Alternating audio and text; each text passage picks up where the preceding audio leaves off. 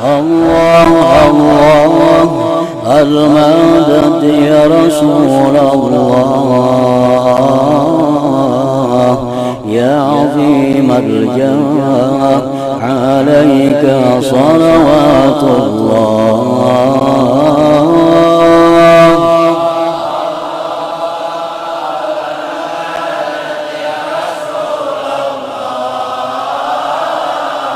يا عظيم الجاه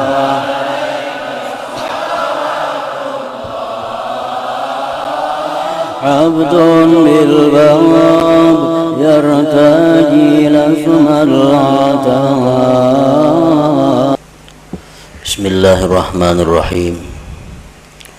الحمد لله الذي خلق الخلق لحكمة وخلقنا للعبادة والمعرفة.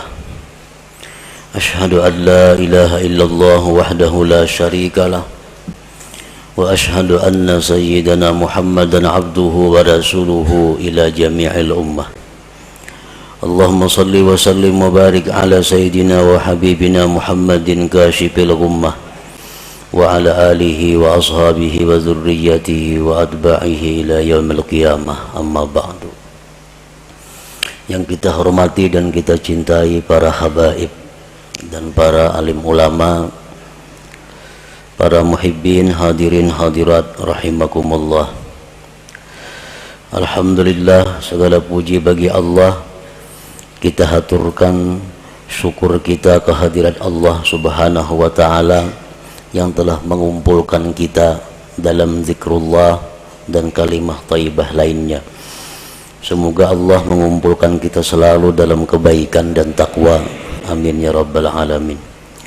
Salawat dan salam kita haturkan kepada baginda kita, junjungan kita Nabi besar Muhammad sallallahu alaihi wasallam dan seluruh keluarga, para sahabat, zuriat dan pengikut beliau sampai hari akhir nanti. Para muhibbin rahimakumullah. Al-hikmatu tsaminah minal hikamil ataiyah. Qala al-imam Ahmad bin Athaillah As-Sakandari rahimahullah wa nafa'ana bi ulumi. Hikmah yang ke-8 daripada Al-Hikam Al-Ataiyah.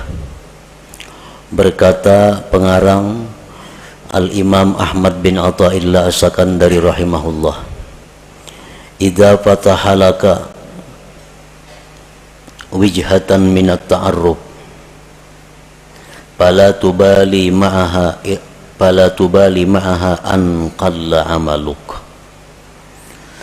fa innahu ma fatahaha alayka illa wa huwa yuridu an yata'arrafa ilaik alam ta'lam anna ta'arrufa huwa muriduhu alayk wal a'malu anta muhdiha ilaih wa aina ma tuhdihi ilaih mimma huwa muriduhu alaik. Artinya, apabila Allah membukakan bagi engkau satu pintu daripada ma'rifah, apabila Allah membukakan bagi engkau satu sisi, satu jalan daripada ma'rifat, maka janganlah engkau heran besertanya itu bahwa sedikit amal engkau. Bahwasanya Allah tidak membukakan itu pintu ma'rifah bagi engkau, melainkan bahwa Allah ingin memperkenalkan kepada engkau. Apakah engkau tidak tahu bahwa memperkenalkan itu adalah Allah yang mendatangkan atas engkau, sedangkan amal-amal ibadat itu engkau yang mempersembahkannya kepada Allah? Manakah yang lebih mulia, sesuatu yang kau persembahkan kepada Allah dibanding sesuatu yang Allah datangkan atas engkau? Tentu lebih mulia yang Allah datangkan kepada engkau itu. Ada manusia yang ingin ma'rifat kepada Allah, sehingga orang ini berusaha sedemikian rupa agar bisa ma'rifat itu. Segala macam amal daya upaya dipersembahkannya untuk Allah, dengan harapan Allah bersedia berkenalan dengan dia. Ada sebagian manusia yang hanya punya sedikit amal, tetapi Allah yang ingin berkenalan kepada manusia itu. Allah yang ingin mengenalkan dirinya kepada hamba itu. Janganlah amal yang sedikit tadi dianggap heran, dianggap aneh. Manakah antara dua itu yang lebih mulia, yang lebih afdal? Tentu yang Allah ingin memperkenalkan dirinya kepada hambanya tadi, itu yang lebih utama.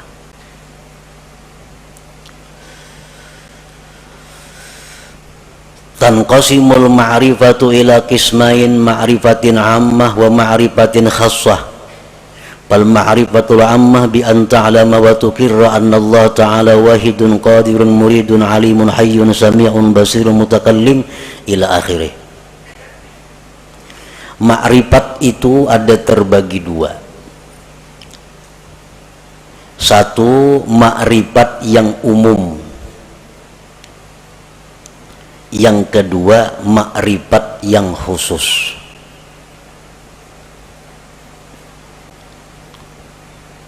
Dalam istilah lain ada yang menyebut ada ma'rifat itu ilmiah, ada ma'rifat itu dzauqiyah. Bermula ma'rifat yang umum itu bahwa engkau mengetahui dan mengakui, meyakini bahwa Allah Ta'ala itu esa, kuasa, berkehendak, mengetahui, hidup, mendengar, melihat, berkata-kata, seterusnya. Nah, ini dinamakan adalah ma'rifat ammah, ma'rifat yang umum. Kita tahu, kita mengetahui, meyakini, mengakui bahwa Allah esa.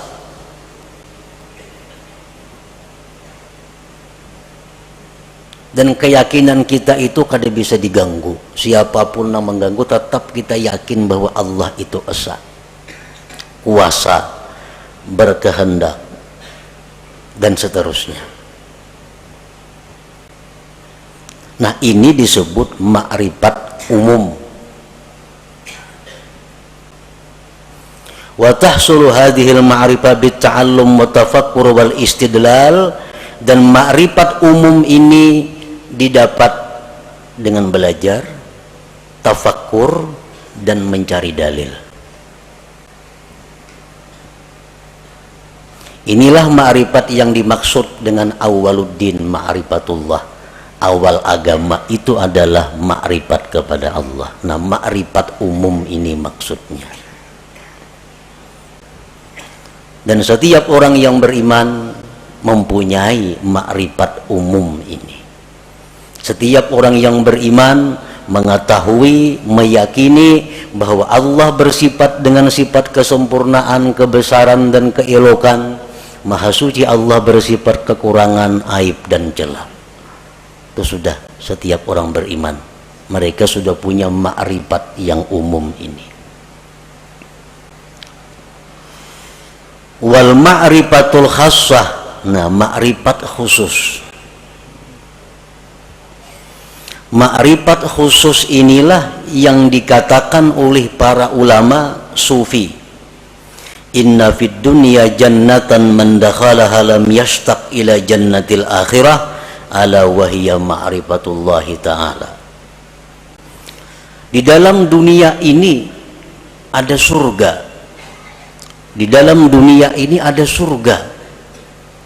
Siapa yang masuk ke dalam surga itu, dia tidak ingin lagi kepada surga akhirat. Surga apakah yang ada di dunia itu? ialah ma'rifatullah, ma'rifat kepada Allah. Nah ini ma'rifat khassah, ma'rifat zauqiyah ngarannya, bukan ma'rifat ammah tadi. Apa yang dikatakan oleh Al-Habib Al-Qutub Abu Bakar Al-Adani Al-Idrus, man arafallah safalahul aish wa tabat lahul hayat. Barang siapa yang ma'rifat kepada Allah, maka hidupnya dipenuhi dengan kebahagiaan dan kesenangan.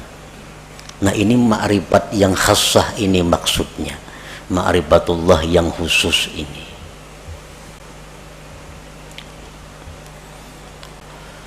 Wal ma'rifatul khassah, ma'rifat yang khusus itu bi antazuka an la fa'ila illallah masalah, bahwa engkau merasakan bahwa tidak ada yang berbuat itu melainkan Allah. Contohnya itu umpamanya kita mengetahui, kita meyakini bahwa tidak ada yang berbuat melainkan Allah, tapi kita hanya ingin tahu dan yakin bahwa la fa'ila illallah, tidak ada yang berbuat selain Allah, yang lainnya kada punya daya upaya. Itu kita tahu dan mengakui itu, tapi kita belum merasai, belum merasa. Ma'rifat khassah ini adalah orang yang sudah merasa, orang yang sudah merasa bahwa tidak ada yang berbuat itu selain Allah. Orang yang tahu bahwa madu itu manis, nya yakin bahwa madu itu manis. Nah ini sudah ma'rifat dengan madu. Tapi kalau orang yang sudah merasai kayak apa manisnya itu madu, nah ini ma'rifat khassah. Lain dengan orang yang hanya sekedar tahu, mendengar berita bahwa di Mekah itu begini, begitu bagusnya, begitu indahnya, dengan bermacam-macam dalil, bermacam-macam kabar yang mutawatir bahwa Mekah itu ramai dan indah, sehingga kita yakin bahwa di Mekah itu ramai, Mekah itu luar biasa. Nah kita sudah meyakini. Tapi andai kita ke sana, langsung berangkat ke Mekah, sampai di sana melihat seorang bagaimana Mekah itu, lain rasanya lawan nang hanya sekedar tahu. Nah itu jualah orang yang ma'rifat kepada Allah ini. Orang yang hanya tahu, hanya ma'rifat bahwa tidak ada yang berbuat hanya Allah, tapi belum merasa, lain dengan orang yang sudah merasa. Kayak apa rasanya? Rasanya yang tidak ada berbuat selain Allah itu. Bi antazuka an la fa'ila illallah masalan, dengan bahwa merasa engkau bahwa tidak ada yang berbuat itu kecuali Allah. Nah kalau sudah kita merasa demikian, fala tajidu fi qalbika dhiqatan wa tawbihan fi makana wa ma yakunu wa ma sayakun, maka tidak kau dapati di hati engkau kesempitan, mencela pada yang telah terjadi, yang sedang terjadi, dan yang akan terjadi. Orang tuh kalau sudah merasai kayak apa rasanya keyakinan bahwa tidak ada yang berbuat hanya Allah, merasai sudah itu inya, maka hati orang ini kada sempit lagi, hati orang ini kada ada lagi mencela terhadap apa yang dihadapinya, baik nang dahulu, baik sekarang, baik yang akan datang. Karena ini sudah merasai bagaimana tidak ada yang berbuat kecuali Allah itu. Seperti apa yang disampaikan oleh khadam Rasulullah sallallahu alaihi wasallam, Sayyidina Anas bin Malik. Ujar Anas bin Malik, aku 10 tahun jadi pembantu Rasulullah sallallahu alaihi wasallam, tidak pernah Rasulullah itu mencela aku, Tidak pernah Rasul itu berkata, kenapa ikam kada ka ini? Padahal ka itu nang baik. Kada pernah. Nah, ini menunjukkan bahwa Rasulullah Shallallahu Alaihi Wasallam itu merasakan sudah bagaimana yang dimaksud dengan la ilaha illallah itu. Nah, inilah ma'rifat khassah.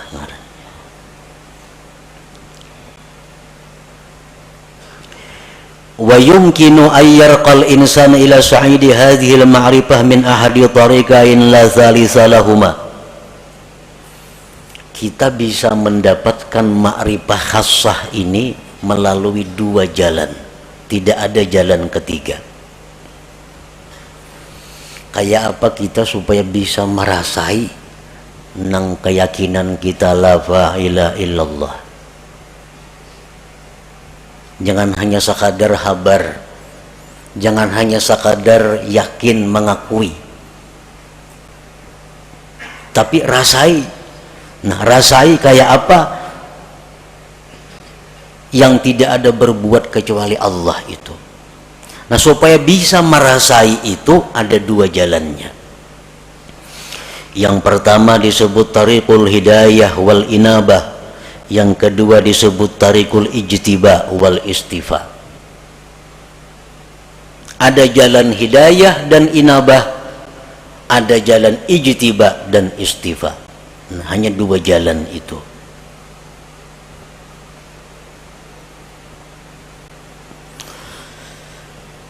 Fatariqul hidayah wal inabah tariqun tawilun syaq.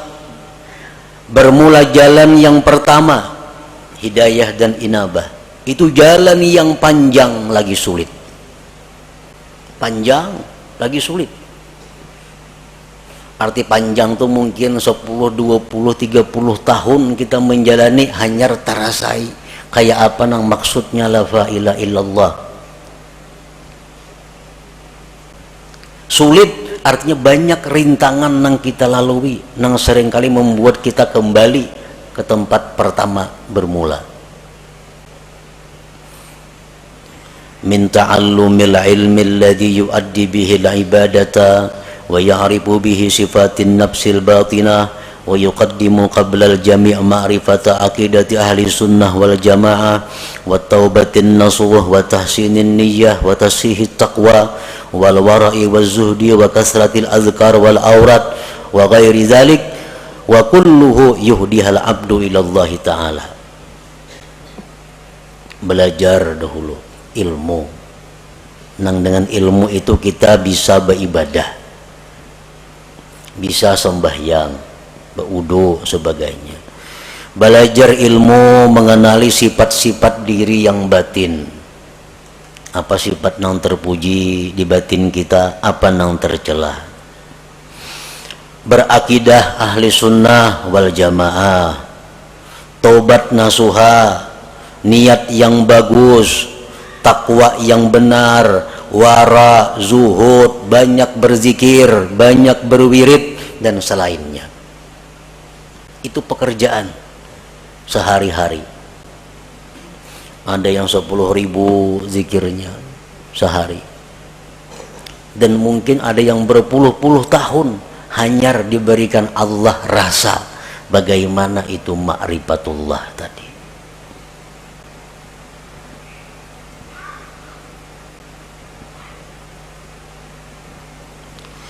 Wa amma tariqus tsani, adapun jalan yang kedua, tariqul ijtiba wal istifa, fayakunul bad'u minallah ilal abdi. Jalan yang kedua ini adalah jalan di mana Allah yang ingin menariknya. Jalan pertama tadi si hamba nang baka hendak, kisahnya si hamba nang hendak ma'rifat lalu nya beribadah, beramal, berguru. Nah, nang kedua ini adalah Allah yang ingin menariknya. Yakunul insan mustaghrikan fi syurudihi wa bu'dihi anillah wa faj'atan tudrikuhu rahmatun minallahi ta'ala. Ini manusia tenggelam dalam kejauhan daripada Allah. Pekerjaannya manusia ini sibuk mengurus dunia, kada tahu diwirid, sembahyang pun kadang-kadang pray. Pekerjaan-pekerjaan maksiat banyak dilakukannya, tetapi secara mendadak Allah memperdapati dengan rahmatnya.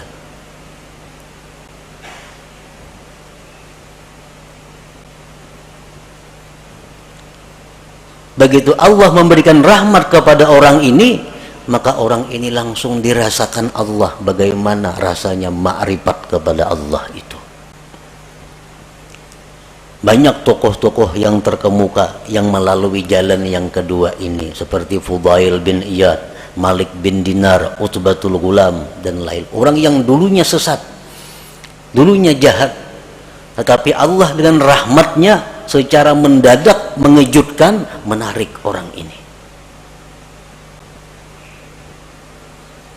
Seperti Fudail, kita mendengar tahu kisah Fudail bin Iyad, orang yang kehidupannya hanya jadi perampok di tengah jalan. Perampok di tengah malam, satu hari hendak menaiki rumah kekasihnya. Begitu naik ke rumah kekasihnya, mendengar ada orang mengaji Al-Quran yang ayatnya alam ya'ni lilladzina amanu an takhsha'a qulubuhum li dzikrillah. Begitu ayat itu masuk ke pendengaran Fudail, Fudail terjatuh. Nah, setelah itu Fudail tobat, langsung ditarik oleh Allah Subhanahu wa taala, dirasakan bagaimana ma'rifat kepada Allah. Akhirnya Fudail menjadi salah seorang aulia besar pada masanya itu.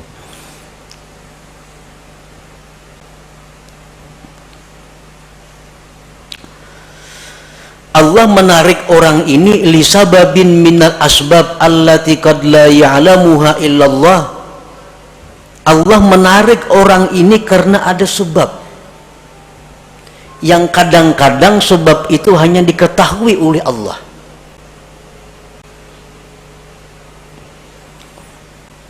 Kenapa orang ini maka ditarik oleh Allah? Dalam waktu detik dirasakan makrifat kepada Allah. Sedangkan yang satunya berpuluh-puluh tahun berzikir kepada Allah belum dapat rasa makrifat itu. Nah, jalan yang kedua ini disebut tarikul ijtiba wal istifa. Nah, para muhibbin rahimakumullah, ada beberapa sebab yang dengan sebab itu ada kemungkinan, ada harapan satu saat ditarik oleh Allah manusia ini, walaupun dia dalam keadaan bergelimang dengan dosa. Pertama, dengan sebab ilmu. Orang ini pada dahulu mengaji sekolah pesantren, ke majelis taklim, bertahun-tahun udah mengaji demikian, pesantren tamat sekolah, timbul ke kampung bulik buntat, nah, minum arak, berjudi, berzina, pekerjaan. Nah, tamatan pesantren nih. Nah, orang seperti ini pada akhirnya satu saat ada kemungkinan ditarik oleh Allah dengan cara seperti tadi, berkat ilmu yang dia pelajari selama sekian tahun dahulu kala itu. Nah, bisa kena orang ini jatuh sakit, nah, sadar, insaf, dirasakan oleh Allah bagaimana orang yang makrifat kepada Allah itu. Nah, sebab ilmu. Jadi menuntut ilmu ini kada ada ruginya, tak amalakan kah, kada kah, pokoknya bila ilmu tuh ada keuntungan, ada keuntungan. Yang kedua, as-sakha, pemurah. Pemurah. Orang ini macam-macam maksiat dilakukannya, tapi pemurah. Pemurah. Pemurah itu dalam arti agama lain dengan arti adat. Ini pemurah dalam arti agama. Artinya orang yang menyumbangkan kekayaannya di jalan yang benar. Ada orang sakit dibantunya, ada orang kesusahan dijulunginya duit, ada orang saleh diberinya duit, ada orang ini dikasihnya duit. Pemurah. Pada kelakuannya sembahyang tapi sembahyang orangnya, berjudi mau, minum arak mau. Nah orang ini satu saat nantinya ada harapan kada pasti juga ada harapan bisa ditarik oleh Allah. Nah, bisa ditarik dengan pemurahnya itu.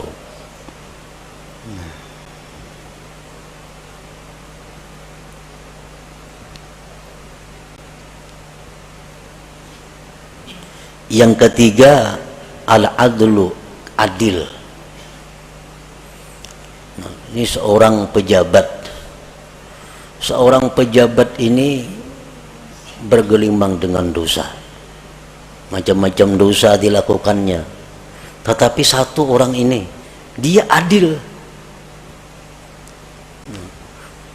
Sewaktu ia menjabat, di matanya sama, semua adalah rakyat, baik anaknya, baik bininya, mintuhanya, iparnya, kamanakannya, semuaan rakyat sama. Kadang-kadang mesti diutamakannya. Panggil ini minantuku utamakan, kadang-kadang ini ipar, kadang-kadang semuaan rata di matanya rakyatnya. Nah orang ini waktu menjabat adil, padahal kelakuan lain-lain banyak maksiat dilakukannya. Nah berkat inya adil sewaktu menjabat itu, orang ini ada harapan suatu saat akan ditarik oleh Allah, dirasakan bagainya kepadanya ma'rifatullah itu.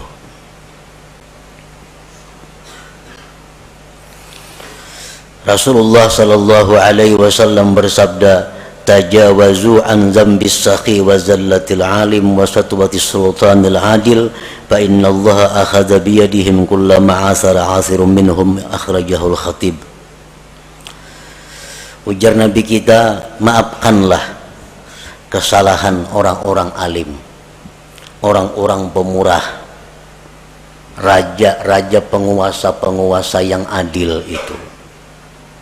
Karena Allah memegang tangan mereka. Bila mereka tergelincir, Allah yang akan menarik mereka.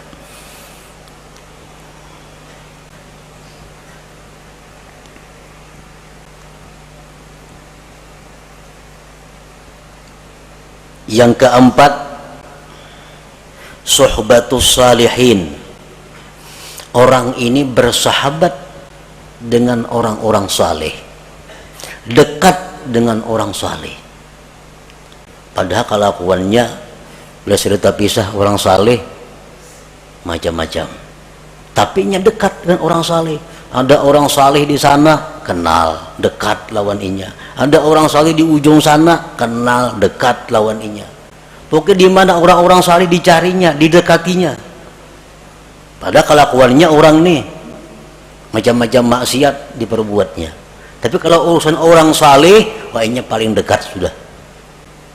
Nah orang ini satu saat nanti bisa ditarik oleh Allah untuk dirasakan bagaimana ma'rifatullah itu.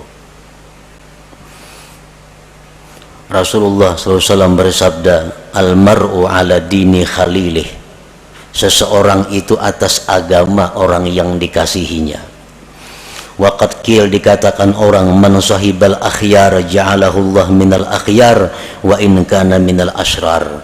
Orang yang dekat dengan orang baik itu akan dijadikan Allah dia orang baik, sekalipun dulunya orang yang jahat.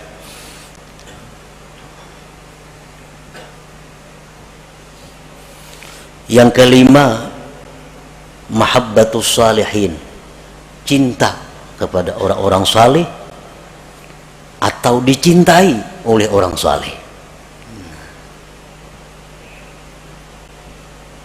Inya ini katuju lawan orang-orang baik, hormat lawan orang-orang baik, cinta lawan orang-orang baik. Atau orang ini kada tahu manahu, cuma orang-orang saleh katuju lawan inya. Nah, orang-orang ahli zikir katuju lawan inya. Orang-orang ahli salawat katuju lawan inyan itu, dikatujui oleh orang-orang baik. Nah maka orang itu ada harapan nantinya akan ditarik oleh Allah Subhanahu wa ta'ala. Selanjutnya lagi kasratus salah ala Nabi sallallahu alaihi wasallam, banyak bersalawat lawan Nabi. Orang ini pemabuk, penzina, penjudi, tapi dalail seminggu sehatam.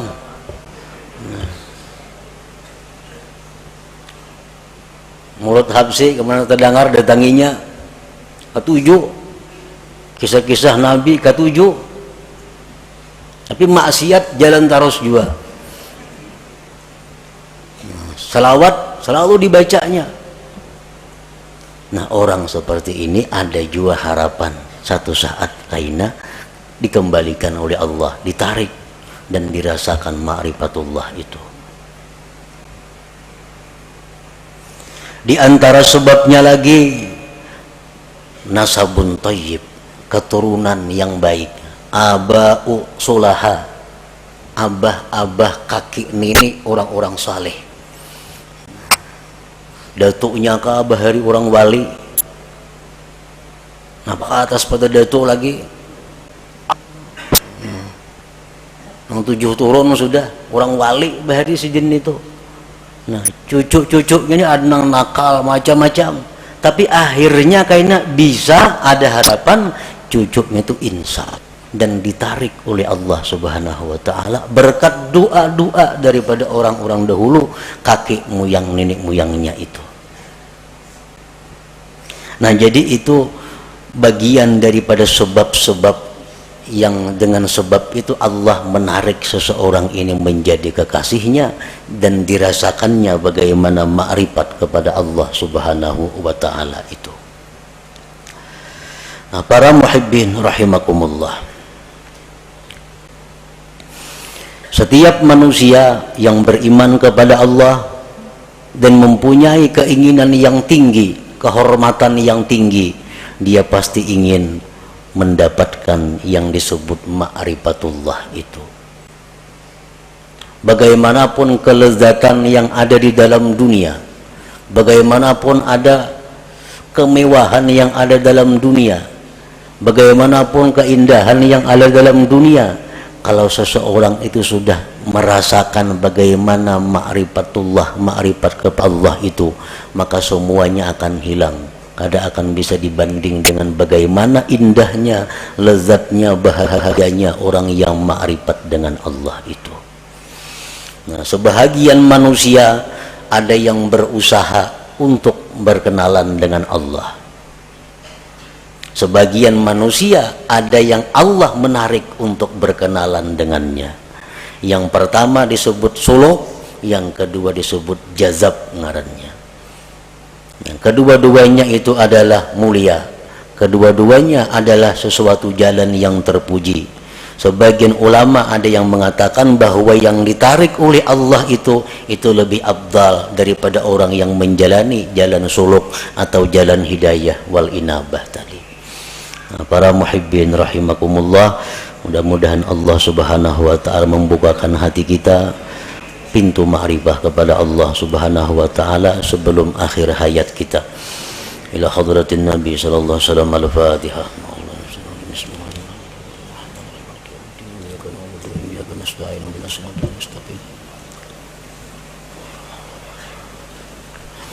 Ya Allah biha, ya Allah biha, ya Allah bihusnil khatimah. Ya Allah biha, ya Allah biha, ya Allah bihusnil khatimah. Ya Allah biha, ya Allah biha, ya Allah bihusnil khatimah. Wa ya ayyuhar rajun minhu syafa'atan sallu alaihi wa sallimu taslima.